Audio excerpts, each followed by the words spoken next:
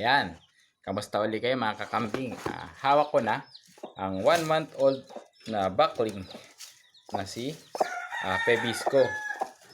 At bibigay na natin yung katulad nung yung pinakita ko sa inyo last time na iron and B-complex tig 1 ml.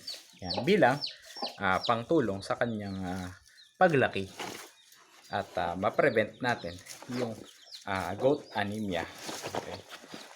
Sa inyo. Medyo luluhod tayo para kitang-kita ko. Okay, ngayon, ang gagawin ko kasi, lalagyan ko muna siya ng alcohol sa kanyang sa dalawang pigi niya. Ang sa ganun ay malinis. Okay. So, again, pasensya na mga kambing, naubusan tayo ng gloves na ating ginagamit sa ganito. Okay, pag pinoposisyon ko siya ganito, para hindi malikot. So, unahin natin ang iron. Ay bibigay ko dito sa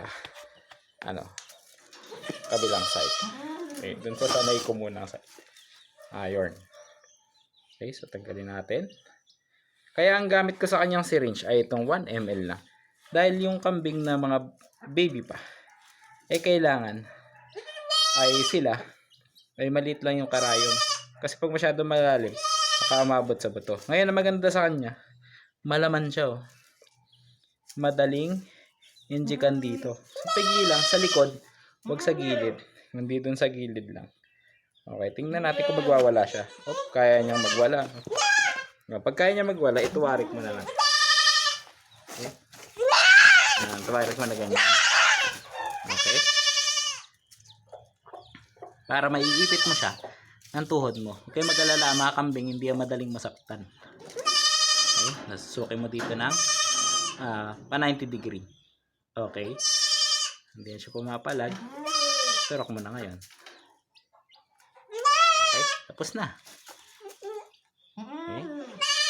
So, sunod naman is yung B-complex. So, nalagyan ko na naman sila ng alcohol pareho. Ayan. Diretso na. Okay. So, ready natin to. Ayan. And sa kabilang side naman. Okay. Mag-ingat kayo pag pumapalag-palag yung kambing kasi maaaring masipa niya yung hawak nyo at kayo naman na matusok. Okay, dito sa kabila naman tayo. B-complex, anti-stress, tsaka mas magana kumain. Okay. Yan, nakatusok na. And lubog natin. Okay. So, ganun lang. Yan. Bibigay mo sa kanila yan monthly para sila ay malusog at hindi tamain ng sakit. Okay, ganun ako magbigay sa maliliit na kambing ng iron at B-complex para sila ay manatiling malusog at may laban sila sa sakit. So bukod doon, nagde-deworm din ako ng aking mga kambing para naman syempre hindi masayang yung binibigay mong vitamins, supplements, tsaka hindi masayang yung kain nila at siguradong sa kanila na pupunta yung sustansya. Okay, so si Pebisco, pinanganak siya ng February 28 at ngayon ay April na, no? Mahal na araw. Ayan.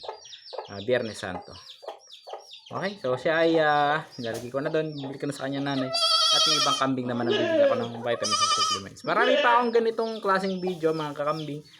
Pwede nyo akong i-subscribe dito sa ating YouTube channel na Teacher Farmer Ali at meron din akong Facebook page na Kambingan ni Ali Boy para mas marami kayong makita ng mga iba't ibang kambing tips and tricks. Yan, okay? Mga diskarte ng goat house, goat health, at saka yung mga iba't ibang tricks ng pagkakambing, pagpapastol, at pagsusuga. Okay, yun lang. Salamat sa inyong tiwala at suporta. Ito po ang Teacher Farmer Ali. Salamat. Bye-bye.